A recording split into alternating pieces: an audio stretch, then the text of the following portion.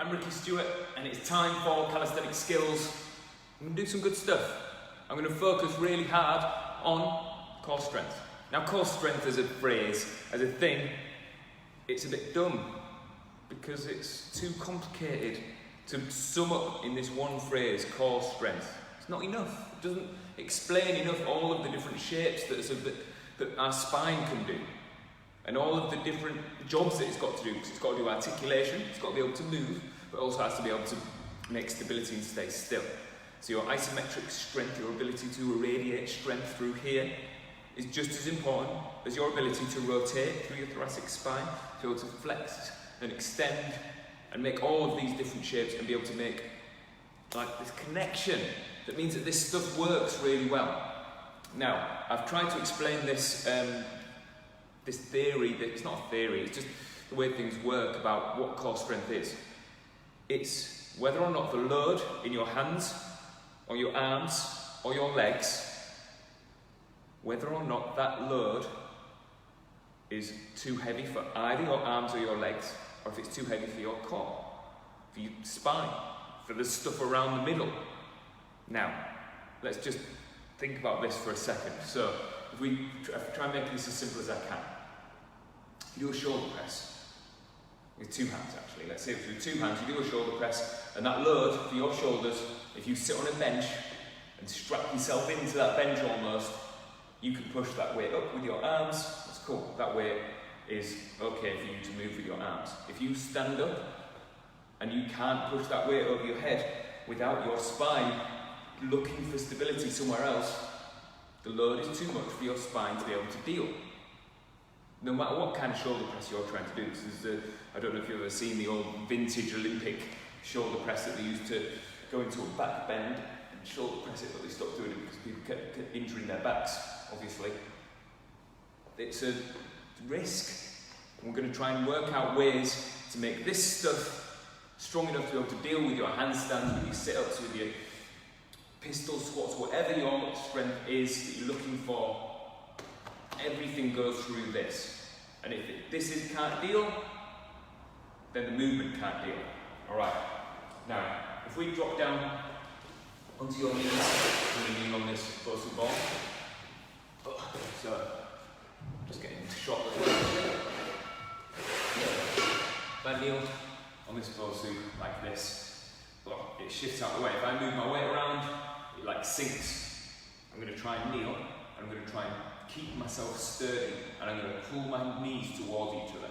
I'm going to push my heels into each other as well, and I'm going to try not to let my hips move as I do these spinal calves. So cross your arms over your chest, do a little crunch, rotate, lean back, around, forward, and I can feel if anything gives, and I start sharing this out into my hips. I want you to be able to articulate your spine so that when we do hard press-ups, crow pose, planche, pull-ups, all the calisthenics moves, you're in control of what your spine is doing. Keep this moving. So hard. Never actually done it on Bosu before, and it's worked really well because I can feel like every time I try and compensate through my hips, I lose connection to my spine. The more I concentrate, the better this goes. Yes. There we go. And then, let's try and work out how our spine works for sit-ups and for crunches and for finding spinal flexion and finding hollow body. So hollow body is like this, where you try and make a kind of open C shape this way. So you get a line going from the tip of your fingers down your body to your toes. You can hold hollow body. So if you do a little crunch and then you lengthen, and imagine like a bungee cord going from the bottom of your sternum to your belly button, and then you contract this back up, lengthen, pull it back, lengthen, pull it back, lengthen, and pull it back. And it's hard sit-up, but gravity is pointing down through your spine as opposed to gravity pointing down at your chest when you do sit-ups lying on the back. And I want you to be able to control all of this stuff as we do this little sit-up. Your hands can go where you want. I quite like it here, I quite like it here. It's the same thing. Now, If you think about doing anything that's isometric, which is like a handstand, or like hollow body, or dragon flag, or anything like that, you're trying to make this stuff stay still with as much tension as you possibly can. So, if you lie down on your back, lie down on your back, and short still, yes. Hug your knees into your chest, then reach for your heels, with your fingertips, push heels together. Right now, the small of your back is the only thing touching the floor. I want you to be able to breathe here. It doesn't need to be big, long yoga breaths, it just needs to be a little bit of breathing like this.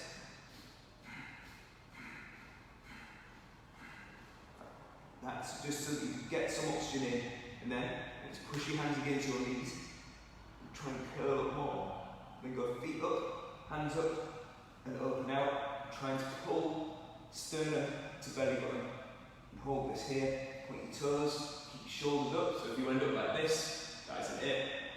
Try to hold this connection to these muscles in our belly. And 3, 2, 1. Hug your knees into your chest. Have a little rest. Now, let's try and understand that sometimes we go into extension in our spine, which is like this, where a rib cage flips up, and you need to use this to be able to pull you back. A good example of that is handstands. When you're learning to do handstands, I'm more than happy going up into a handstand, letting my legs hang over, and my muscles in my belly lengthened out. I've got to be able to try and pull those muscles tighter. So to pull into a straighter handstand. That's an extreme example of it, but I want you to be able to get from this, and then pull the rib cage down, pull that bungee rope, bottom of your sternum to your belly button, try and shorten that to be able to control where your spine goes. So if you come down into all fours, then go into cat pose, so you push your chest up, tuck your tailbone under, then try and pull the floor towards your knees. As you make one vertebra at a time, come down into extension, squeeze shoulder blades together, look up. I'm going to come from here and find strengthening muscles in the belly, go to pull back and back up, and hold it. Then back down again.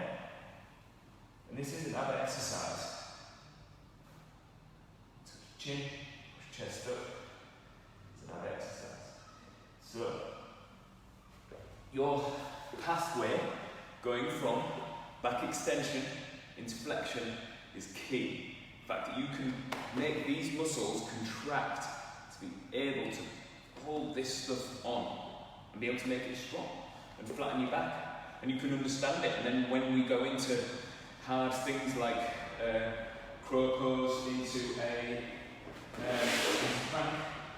So if I go crow pose, my back is in flexion. Can I pick my hips up into plank and find it again? That's my ability to kind of move my body around versus my strong core. Then we're strong. Let's think about it now as we go into some press-up stuff. And think about this, think about being able to grip on to what your spine does. Articulation always comes before stability, before isometric strength. The isometric strength is important, but you need to be able to articulate first. So, I want you to get into plank. I'm going to use parallax because I like them, and it gives me something to irradiate against, gives me something to squeeze. You can still do it with your hands flat on the floor. And I want you to go from your perfect press-up position where you shorten sternum to belly button, crunch this up to lengthen this, and you can hold it and understand it. So let's look at that. I'm in this, hold it, understand it, and then I want you to go into extension and pull it back again. Do a press-up, then check in again. Do a press-up, check in again. So until this hollow body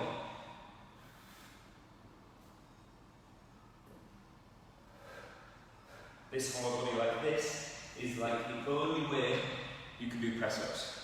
So that when you do press-ups, you automatically make these muscles come on. And it's this bungee rope, sternum to belly button. Now, that is a really simplified my cue to get people to understand what I want of their spine, but isn't like a bungee rope from here to here in a straight line. It's everything coming down here like this. Even hip flexors are part of the deal. It's like all of this stuff. Contract to lengthen this stuff here. So you've got the agonist and the antagonist. This is the agonist, this is the antagonist, because this is kind of lengthening out. And your ability to grip onto it while you articulate other joints is core strength. Get that into your head. Really try and understand it and think about it and see whether or not we can do it. I'm just looking at my framing. Terrible. Okay, just moving this way a little bit. Let's go for another set of max effort, and every time you're going to move your spine to be able to get this quality press up. If your press ups aren't that strong yet and you're still doing them on your knees, don't worry about it, it's fine. Do them like that, but still try and get all of this stuff to pull down. So my simplified cue again, bungee rope from bottom of your sternum to belly button, contract to pull you into hollow body. So contract, tense your bum, extension, flexion, press up. Extension, flexion, press up. Extension, flexion, press up. This is our best effort.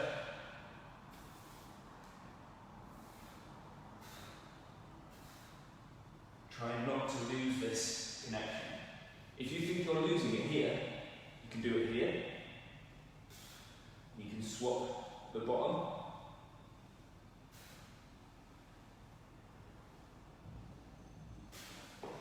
That's it. Your best effort. I'm not bothered about reps for this stuff. It's about your mind to muscle connection, your ability to control what you've got. That is all I want from you. In calisthenics, I don't mind if you do 10 reps, I don't mind if you can only do 1.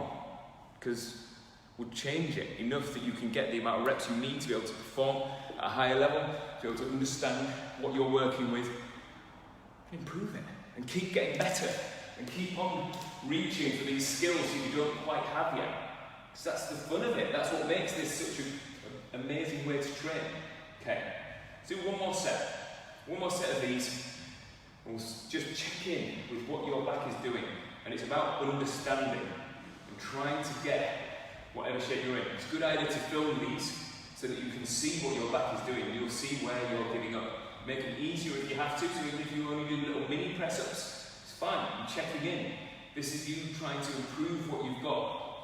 So, the plank, the extension, flexion, press up, extension, flexion, press up.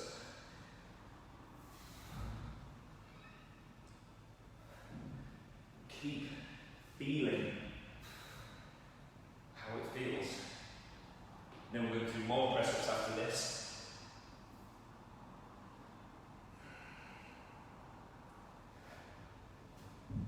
One more.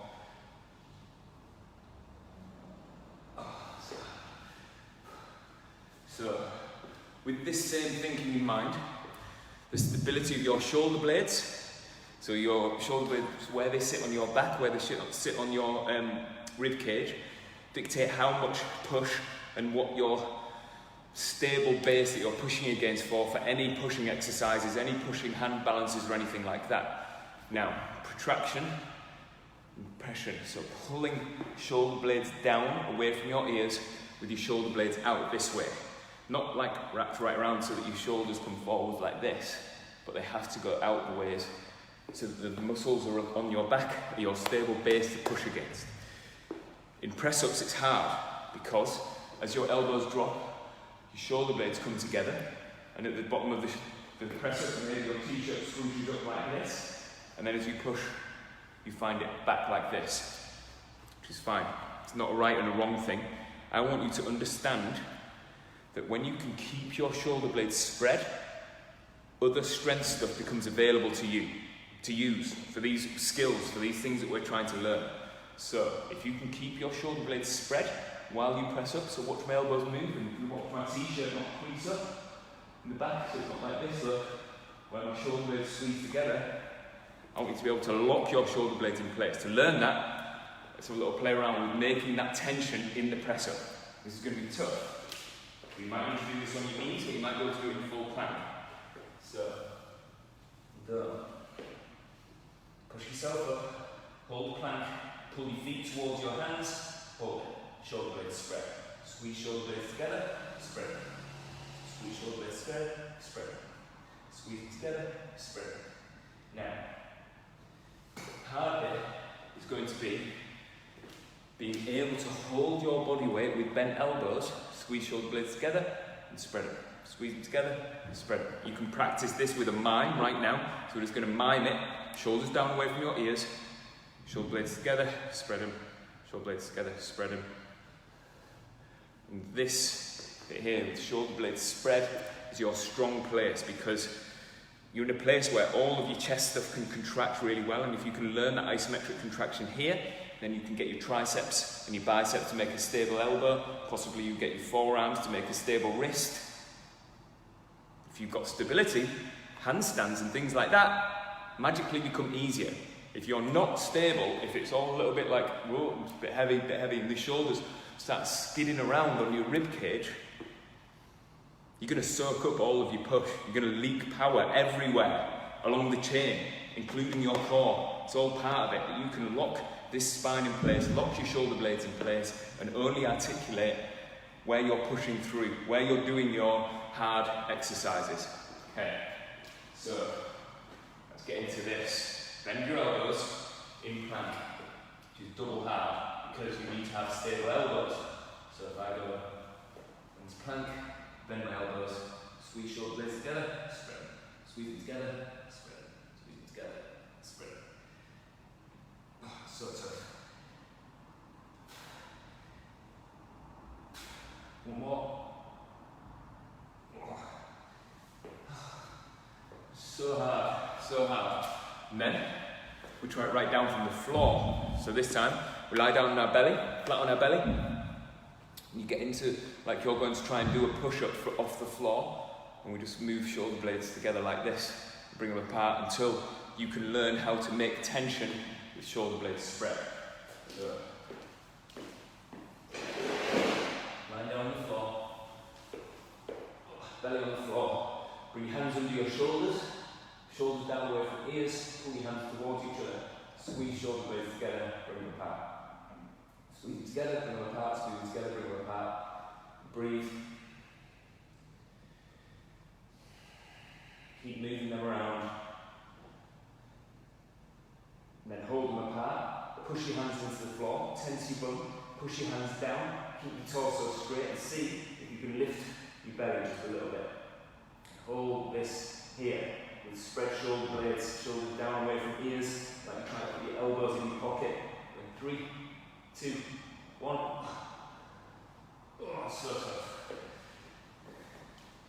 We're learning, let's maybe get a bit of a sweat on, we're learning how to make these stable bases through our torso. This is part of core strength, even though it's shoulder blade stuff. If this is sagging, it's soaking up your power. If these shoulder blades are shifting around, they're soaking up your power, unless you're articulating them on purpose, which is fine. So when you see someone who's really good at handstands, and they can do a press handstand, they can like articulate their shoulders around, and when they reach up, maybe they could spread and pull them together, and they can balance anywhere and be able to shift under their body weight. It's tough. We've got to learn it. We've got to spend time doing this. So let's go for one more set of press-ups, and I want you to try and feel like your t-shirt isn't scrunching up in the middle. An important part of this is serratus anterior, which is this muscle that attaches to the underside of your shoulder blade and runs across your rib cage. It looks like when you see really lean people with good abs, they've got serratus anterior poking out here, and it looks like fingers, like bullets, like that. So we get that by external rotation of the shoulders, but you don't need to actually externally rotate the shoulders like this. It just needs to be on to make serratus anterior attaches to the underside of your shoulder blade. It grips on strong, and there's no leaking of power then, and it can help you to be able to find this ability to do press-ups without your t-shirt scrunching up and losing a load of power through your shoulder blades. So, knees, get your parallettes, get hands on the floor, however it is. Get into your hollow body plank, tense your butt as high as you can. Pull your hands towards each other, bring your torso forwards, drag your feet towards your hands. Get your best press up without leaking any power.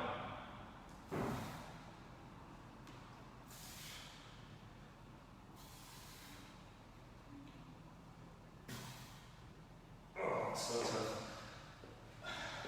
And you're not trying to do as many press-ups as you can. You're making it harder for yourself. You're connecting to the power involved in pushing your body weight around. Now, let's just check in with this. I spoke about this last time. Tension front to back, which is part of core strength as well, means that you make your joints stable from the antagonist and the agonist for whatever movement it is you're doing. The easiest one to explain this with is when I do handstands and hand balances. I push my fingertips into the floor, but I also try and lift my knuckles. When I lift my knuckles, look, see this little muscle, little wrist extensor here, see that contract and pull? So that one's pulling me into this 90 degrees. I'm trying to fight out of it by pushing my fingertips down.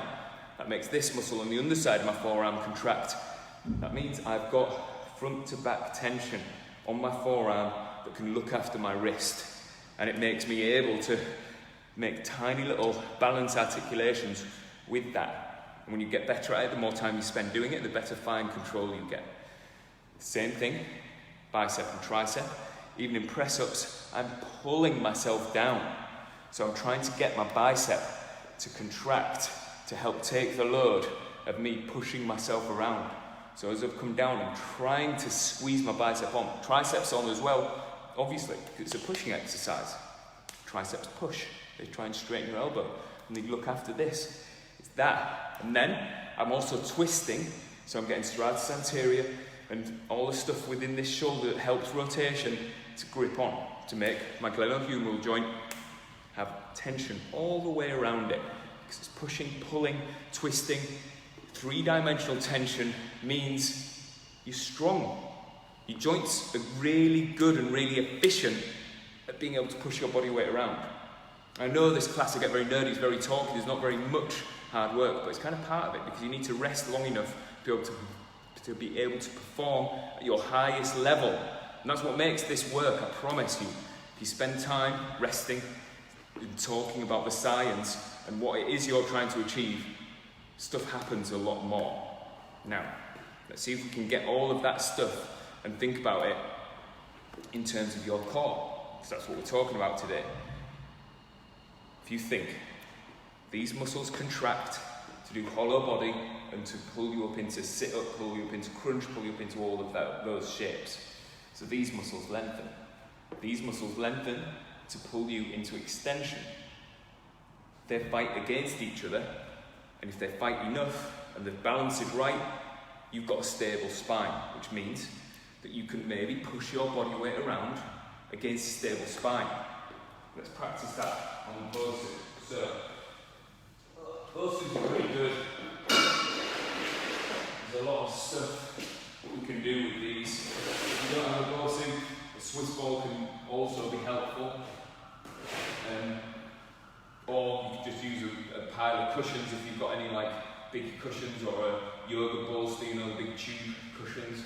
Loads of, or even yoga wheel or a foam roller possibly could help you. Now, I want to sit on the end of your Bosu, like this, then cross your arms over and do a crunch as hard as you can. And then you're going to put one vertebra at a time back down, and you're going to wrap your spine over the dome. So as I go back into extension, I'm going to try and focus on squeezing the muscles in my back. I'm trying to, with my brain, connect to them as I go into extension. And then I try and make these muscles contract to pull me up. I'm going to squeeze down, squeeze up. I like having arms crossed, but anywhere that makes you understand this, so even arms out adds a little bit more load because of gravity.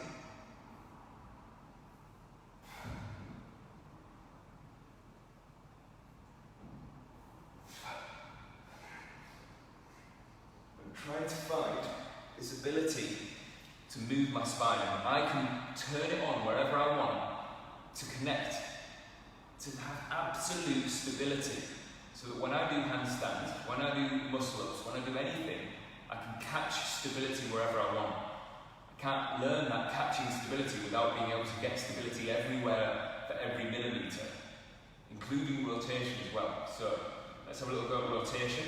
I'm going to hold arms up because I think you might be able to tell a bit more what's going on. I'm going to do a crunch. I'm going to rotate my chest this way, leaning back. Reach this little finger to the floor, bring it back up. Reach this little finger to the floor, bring it back up. I'm thinking about this side of my obliques to this side of my quadratus lumborum in lower back. All of the stuff involved in this rotated crunch.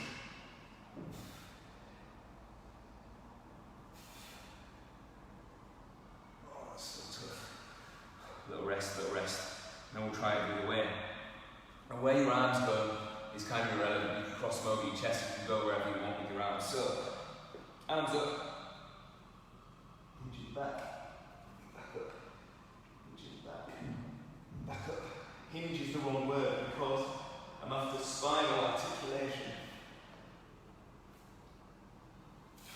It's so tough.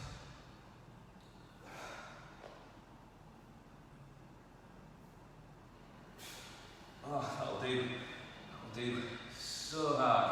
And then you can try it the other way.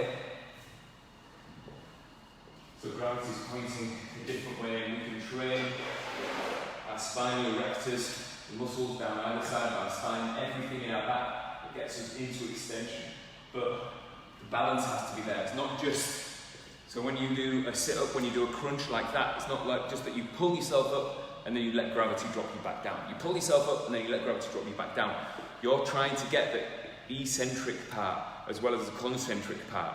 So you're trying to do the crunch and you're trying to feel it from both sides. It's this brain control to your muscles that makes this stuff work. Like I say, my favourite analogy for exercising for me is it's the same as being able to play guitar. I made a video about it the other day. Someone who can hold their little finger down on a specific string while they move their other fingers around and while they do other stuff with this other hand is strength. That's what I'm asking of you here, that you can turn something on, articulate something else. And you can make stability happen in one place with that little fingers holding a string down while the other ones articulate and find other strings. That's strength. Your ability to lock your spine on and do press-ups is strength.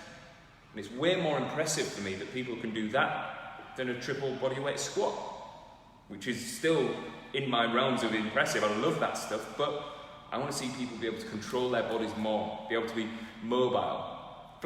Flexibility is something, but I'm not bothered about flexibility. It's that control through your own mobility is the fun stuff for me.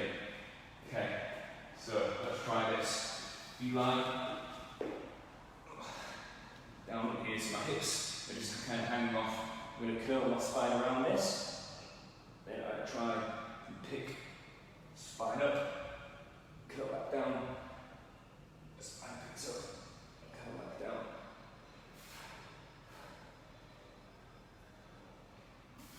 And glutes are a big part of this, so if I squeeze the muscles on. Because the ball's here, it gives me fight to be able to contract back up and find this hollow body. Don't try to fight out. Hollow body.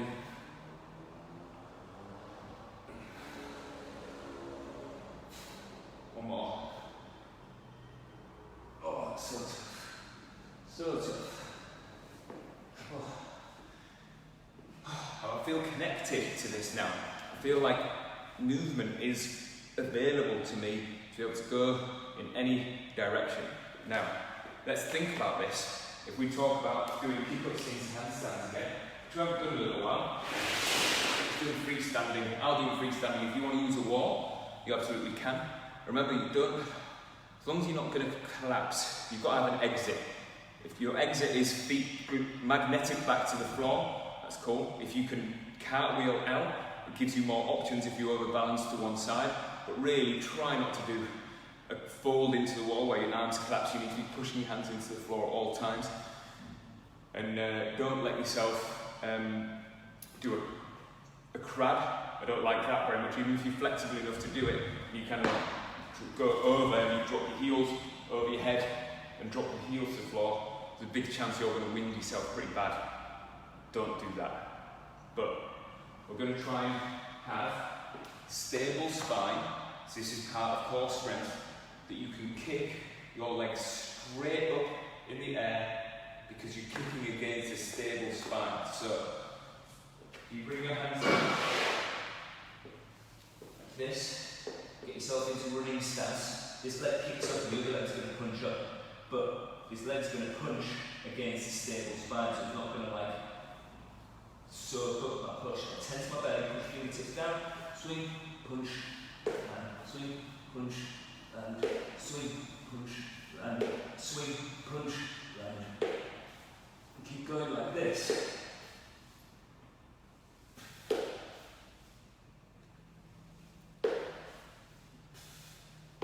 Until you burn out.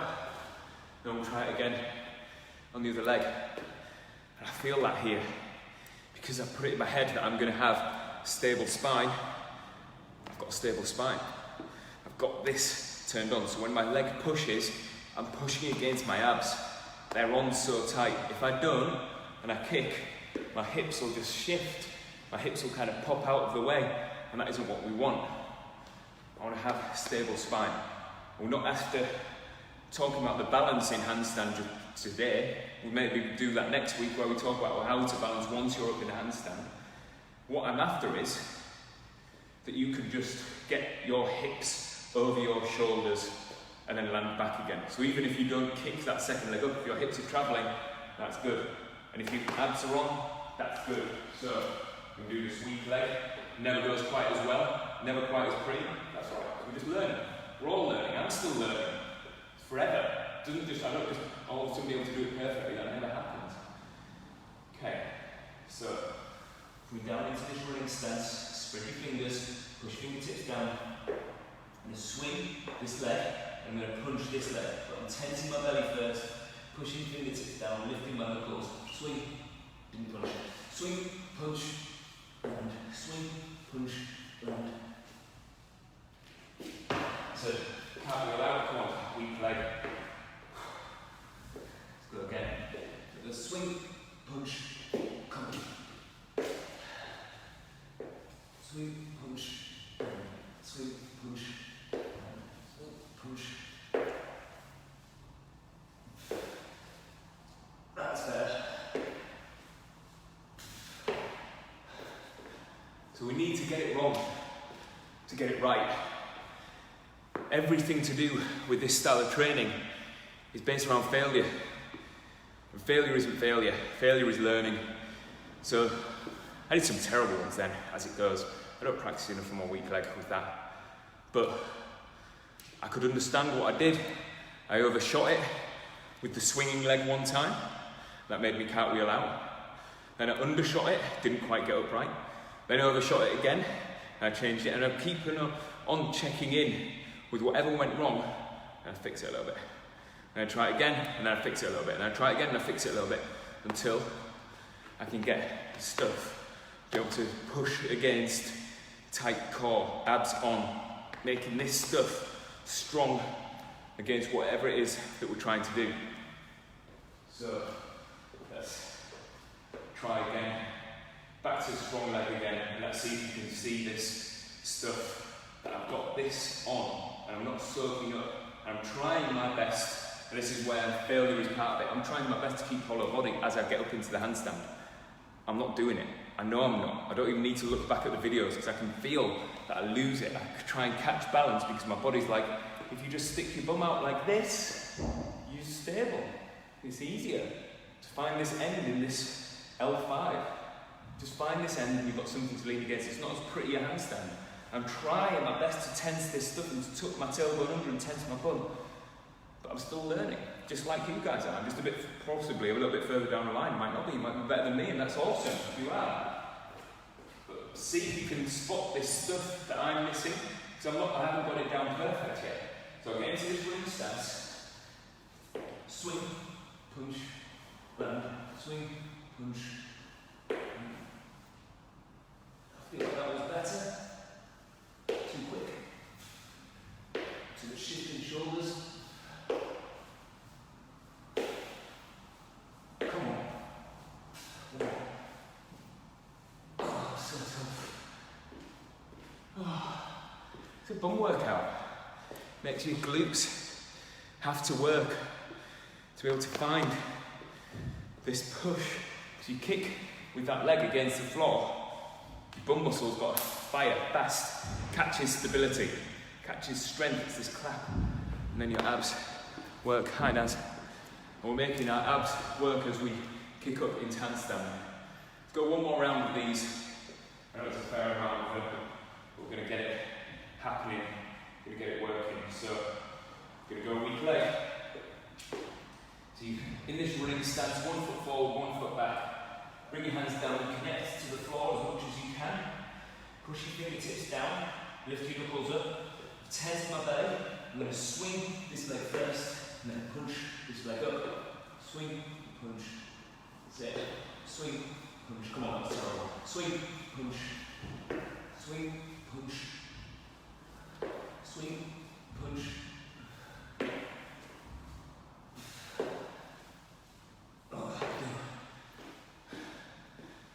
Oh, it's so hard. Makes me very tired. But it's about just keep hammering this point home. You need to be able to be as strong here as the load that you're putting through your body from externally.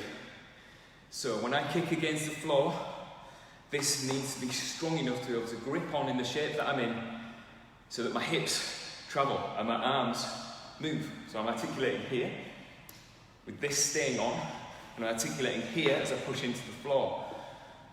That's important to understand what it is. Because it's all well and good when you kick up into a handstand and you do it like playground style, where you like kick this leg up and then you throw yourself at the floor and you kick your legs up.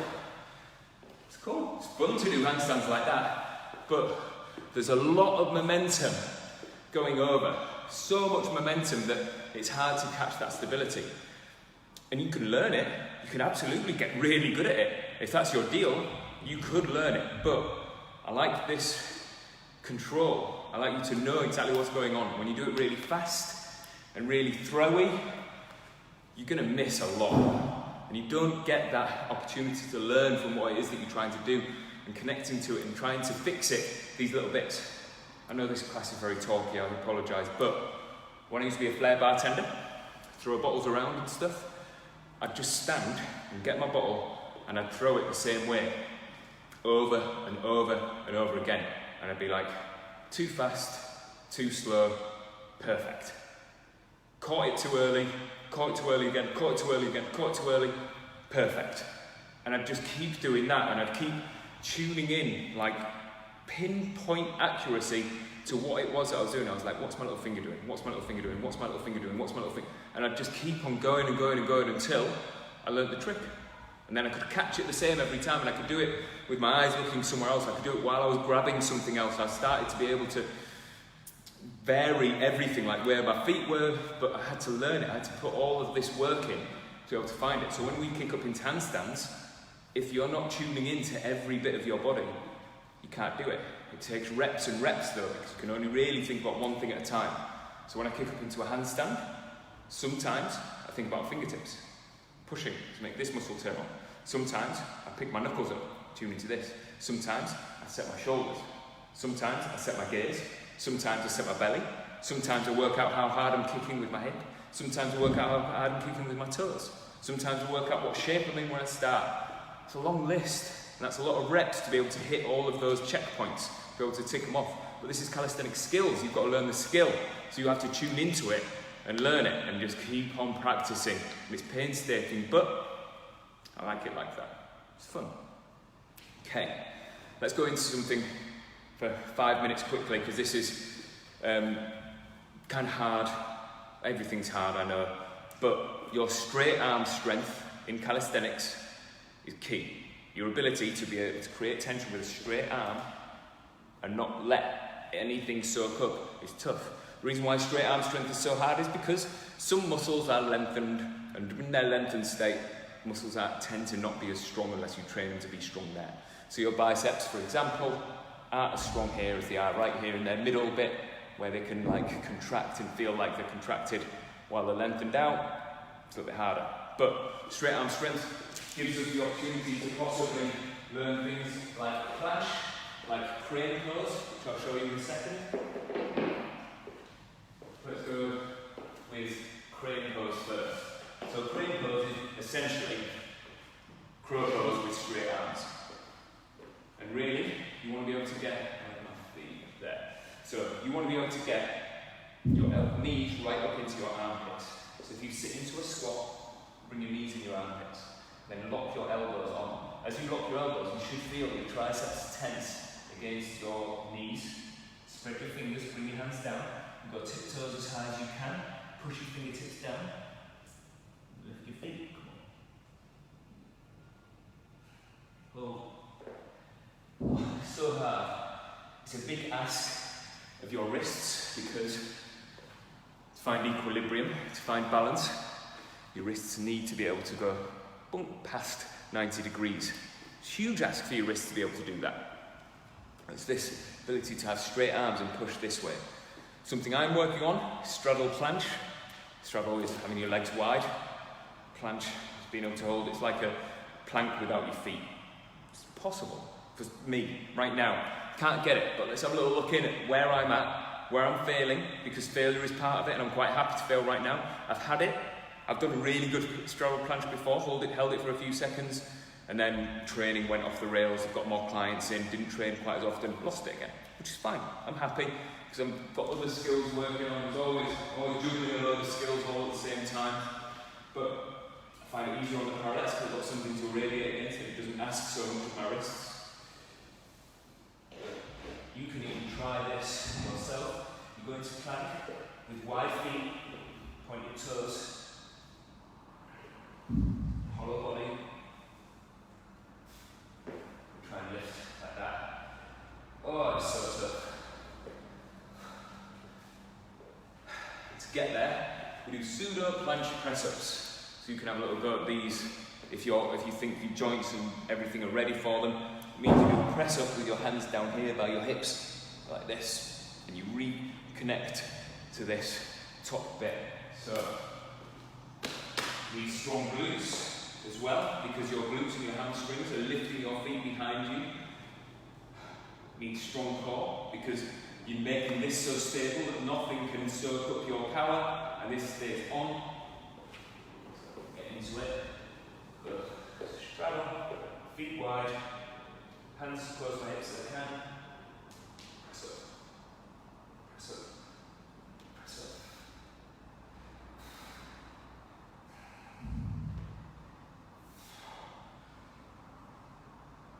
It's still tough.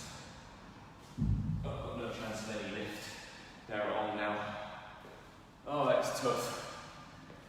It's end of the world stuff. Very hard. Okay.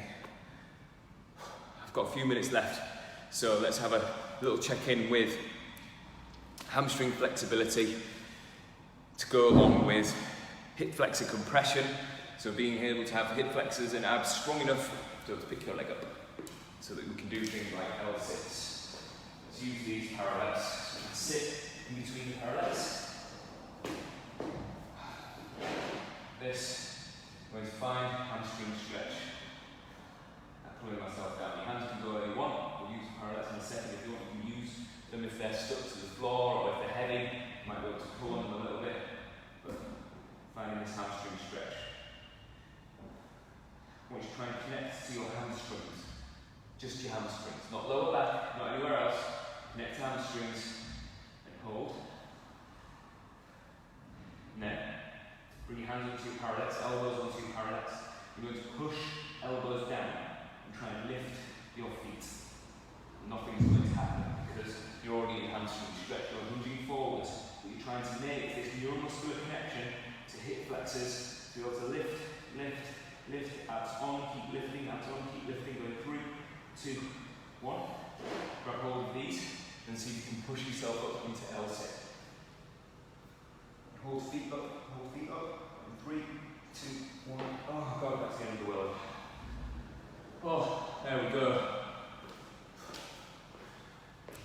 And that'll do us. That's Calisthenics Skills. Please let me know if you've got stuff you want to work on, if you've got skills that you're almost getting. I'll help you get there. We'll work it out. We'll see if we can tease a little bit more performance out of you as you get better, as you practice more. It's going to be fun. I love this class. We've got senior yoga tomorrow at 10 a.m. 10 a.m. tomorrow. Senior yoga, but that doesn't mean you have to be old. It just means that I don't put you into any positions that people tend to struggle with. So that means that you don't get to wrap your leg around the back of your head. Not that I do that anyway, but you know what I mean. You know what I'm getting at. Of course you know. All right, enjoy the rest of your day. Have fun. Got blue skies kind of here in Scarborough. Looks like it's probably going to rain. Hope it's nice where you are. All right, appreciate you all. See you soon. Bye everyone. Bye.